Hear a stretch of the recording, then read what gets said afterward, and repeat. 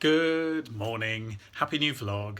It's Saturday, it's surprisingly early for me, it's like 10 o'clock and I'm just about to leave to go for my away days to East Horsley in Surrey, deepest, darkest Surrey.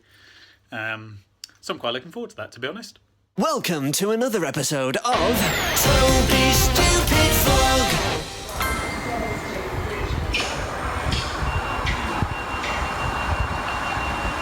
Train number one. So here we are. Getting the final train of the day.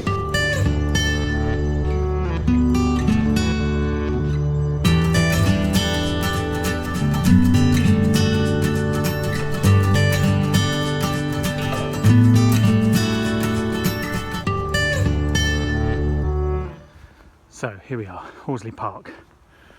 This is Horsley Towers. So named because, as you'll see, they've got actual towers. That's where we're staying. But we're working, and we've just had lunch in the management centre, which is this new bit beyond the old wall. This is where the swimming pool is, and the various lecture rooms that we're going to be spending the next few hours and tomorrow as well in. Is this the right place for the party? I brought I'm a friend of Ian's. Can I come do my washing here? So I haven't got a washing machine in my place. Can I come and wash in yours? use this one here. It's a community building, you see. So John's in the shower. Keep it tasteful. This is a double bedroom with a door there, presumably. I think this is John's coming to them with these. Living space, TV, pictures. What's that behind you, Phil? The cooker. So this is a cooking storage space, and then these would be cupboards that would separate the shower room from the bedroom. The ceiling height here is about 2.5 metres, from what Will was saying, just to give you a feeling of volumetric. Just a few quick observations from people. So I've just been for a swim, which was exhausting, along with all the thinking that we've had to do, which is also exhausting. You saw there us looking at how a super small apartment might work. Very hypothetical, and just to kind of get a feel for what that really means. And now we've got dinner and drinks and some more chatting about what we've been discussing today. I've just got to get back to the towers.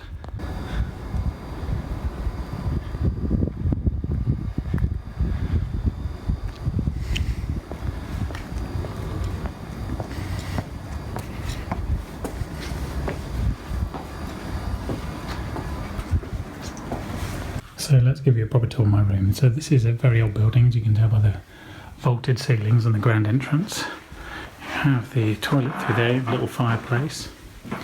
And then you have the bed here, and there's the entranceway. If you look out the window, I'll show you this in the morning when it's a bit clearer, you can see some of the old building, including towers and whatnot.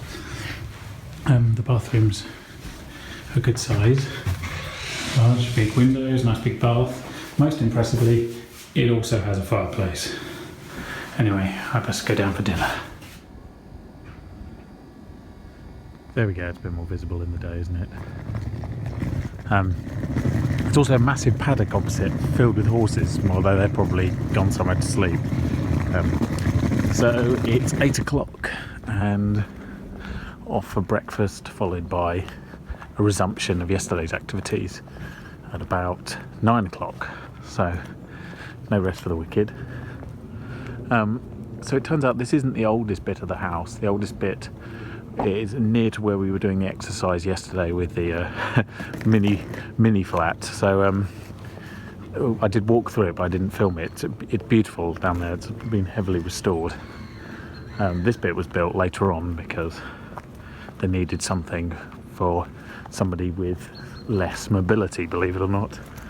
So they put in these towers, but most of it's on the ground floor actually. Anyway, I'll see you on the side.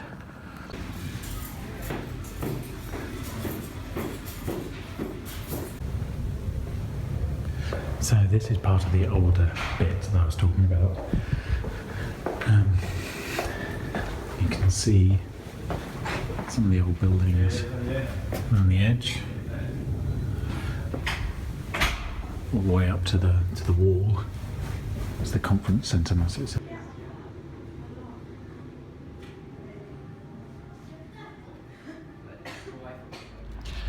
Good afternoon, happy leap day. It is already the afternoon. This morning I've been working on the video I have to finish by the end of today. Yesterday I didn't film anything after I got back from the away weekend, partly because I was completely exhausted. Literally we drove back, I got back here at about lunchtime, had some lunch and literally sat down and didn't move until I went to bed. My brain is now recovered though, and it is a nice day, so hopefully I might, if this video gets wrapped soon, I might get out. The thing about M&S in queue is you'll very often see a face that you recognise. I've seen him there before, so Trevor McDonald, Holly Willoughby, Nick Clegg and family, and just now Johnny Vegas buying an orchid. Good afternoon. I'm venturing out for the first time to get some lunch. This morning the weather is absolutely terrible when I woke up. It's been pretty terrible until now, to be honest, but it is surprisingly warm. So today I will actually get out and go and see the world a bit. Haven't had any feedback on the video yet, so I don't need to do anything about that. I'm assured the caterers are going to ring me shortly as well, some point this afternoon, so start that conversation. That being the most expensive conversation I'll ever have. So that should be fun. And other than that, there's not a lot on today apart from reading board papers. So I've finished at USP for the morning. I've had lunch, so I'm going to walk back along the canal past the Pirate Castle. So, walking this in the opposite direction. Never walked this length of the canal in this direction, so it obviously looked different, always does when you go the other way. Don't know how far I'm going to get because there is a board meeting tonight for Co-op Homes, and I have to be in Teddington for that, so I'll just see how it goes really, see if there is a next point I can get on to from Maida Vale. Might have to look at the map, to be honest. It's all a bit of a mystery after that. There's one of the more impressive bridges along the canal. It's ever so still, but there's a lot more people than when I usually do this early in the morning. It's actually slightly more pleasant with a lot of people. It can be quite an isolated environment otherwise. It's nice to be able to wear sunglasses at the beginning of March. I've just been taking a load of photos along here, partly because it's very interesting and I like taking photos, but also so I've got something to post on Instagram. I try and post at least one photo on Instagram a day. It doesn't always work out because I haven't always got something interesting enough, but if you do want to follow me, I'm Toby.Dollier. I'll put it on the screen. There we go. That's much easier. And because I did have my original username didn't have a dot in. A long time ago I signed up for it. And then I cancelled my account. I can't remember why. You can't get those usernames back once you do that. So that's a warning to us all. So what I try to do is I'd spend one day a week where I take 6 or 7 nice photos and then I post one a day. So prepare for a lot of canal pictures next week. Just walking through the boatyard here. Everyone has the little gardens. It's ever so beautiful. I'm not sure I can get through the other end. I'm hoping so. But yeah, it's only open at certain times this. And it's definitely worth coming down if you get a chance.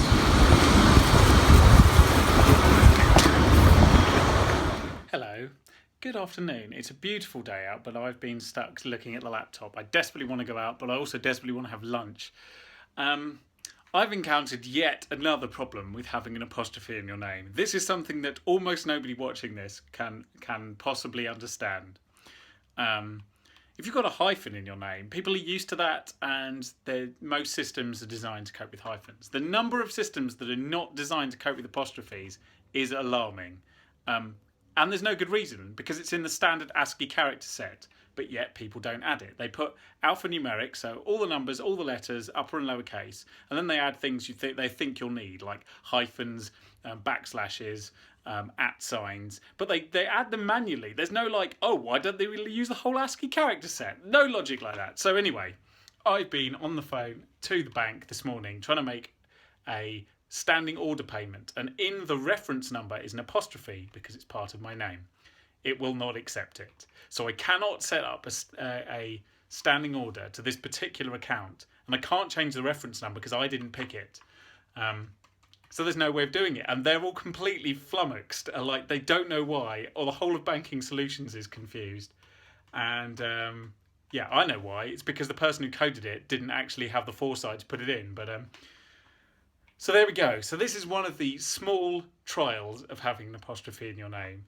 I hope you never feel my pain. Granted, it's pretty small fry in the grand scheme of things, but still, damn is it annoying sometimes. No, I'm not really changing my name by default. That is not happening. I'm keeping the damn apostrophe. It's everyone else that's wrong.